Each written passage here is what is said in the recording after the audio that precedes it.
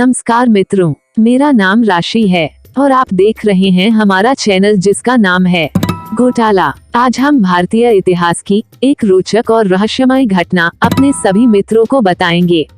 मित्रों, मैंने ये घटना रहस्यमय क्यों बोली? इसका कारण है अकूत धन संपत्ति का खजाना रातों रात गायब हो जाना। मित्रों, आश्चर्य की बात यह है कि आज तक इस खजाने का कोई भी अता पता नहीं लग सका है।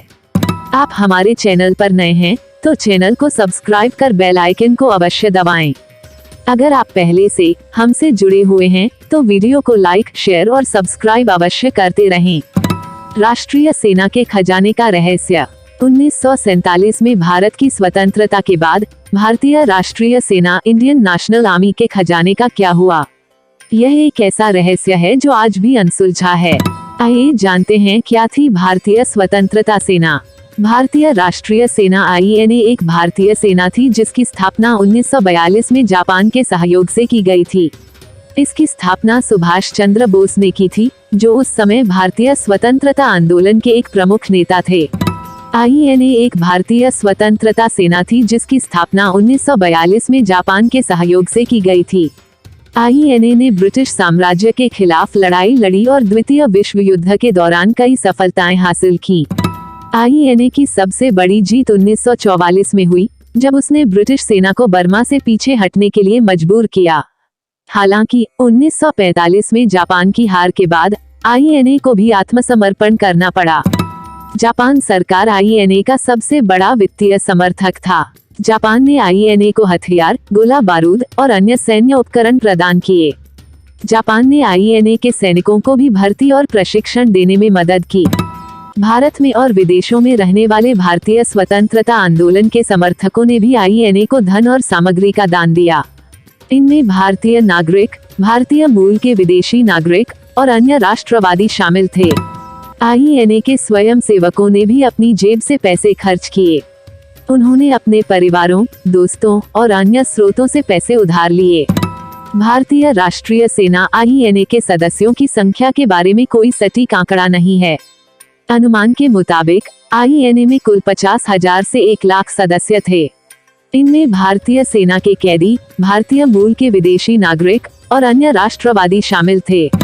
इतनी बड़ी संख्या में सेना का खर्चा चलाने के लिए कितना पैसा खर्च होता होगा, इसका अनुमान लगाना थोड़ा मुश्किल है। ये धन कहाँ गया? यह एक ऐसा सवाल है जिसका कोई निश्चित जवाब आज तक किसी के पास नहीं है। आज तक कोई भी सरकार इसका जवाब नहीं दे सकी। कुछ लोगों का मानना है कि ब्रिटिश सरकार ने इस धन को जब्त कर लिया और इसे अपने खजाने में डाल दिया। दूसरों का मानना है कि INA के सदस्यों ने इस धन को अपने साथ ले लिया और इसे सुरक्षित स्थान पर छिपा दिया। ये भी संभव है कि इस धन को INA के समर्थकों या स्वयंसेवकों द्वारा छिपा दिया गया हो। INA के खजाने का रहस्य एक ऐसा रहस्य है जिसे शायद कभी नहीं सुलझाया जा सकेगा। यह एक ऐसा रहस्य है जो भारतीय स्वतंत्रता के इतिहास में एक महत्वपूर्ण अध्याय है। यहाँ इस रहस्य से जुड़ी कुछ संभावित व्याख्याएं दी गई हैं। आइए एक अनुमान लगाते हैं कि यह धन लगभग कितना रहा हो सकता है। 1942 में जब भारतीय राष्ट्रीय सेना का गठन हुआ, उस समय भारत की जनसंख्या लगभग 34 करोड़ थी। ब्रिटिश सरकार से भारत की लगभग पूरी जनसंख्या उस समय तक त्रस्त हो चुकी थी। ये भारतीय जनसंख्या अपने आप को आजाद कराने के लिए जुनून की हद तक जा सकती थी। एक अनुमान है कि अगर हर घर से 2 रुपये भी दिए जाते होंगे तो ये खजाना 1945 में लगभग 25 से 30 करोड़ होना चाहिए। इस खजाने में सोने चांदी के आभूषण भी अवश्य रहे होंगे। इस हिसाब से खजाना 30 करोड़ से ऊपर होना चाहिए। आइए अब जानते हैं इस खजाने की इस समय की कीमत क्या होगी।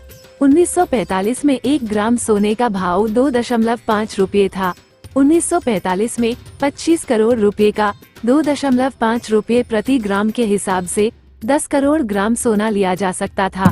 आज सोने का भाव लगभग 6,200 रुपये प्रति ग्राम है, तो इस खजाने का आज का मूल्य 6 खरब 20 अरब रुपए के बराबर होता। मित्रों, आज के वीडियो में बस इतना ही। अगले वीडियो में नई खोज के साथ आपसे फिर मिलूंगी। मुझे आज्ञा दीजिए। नमस्कार।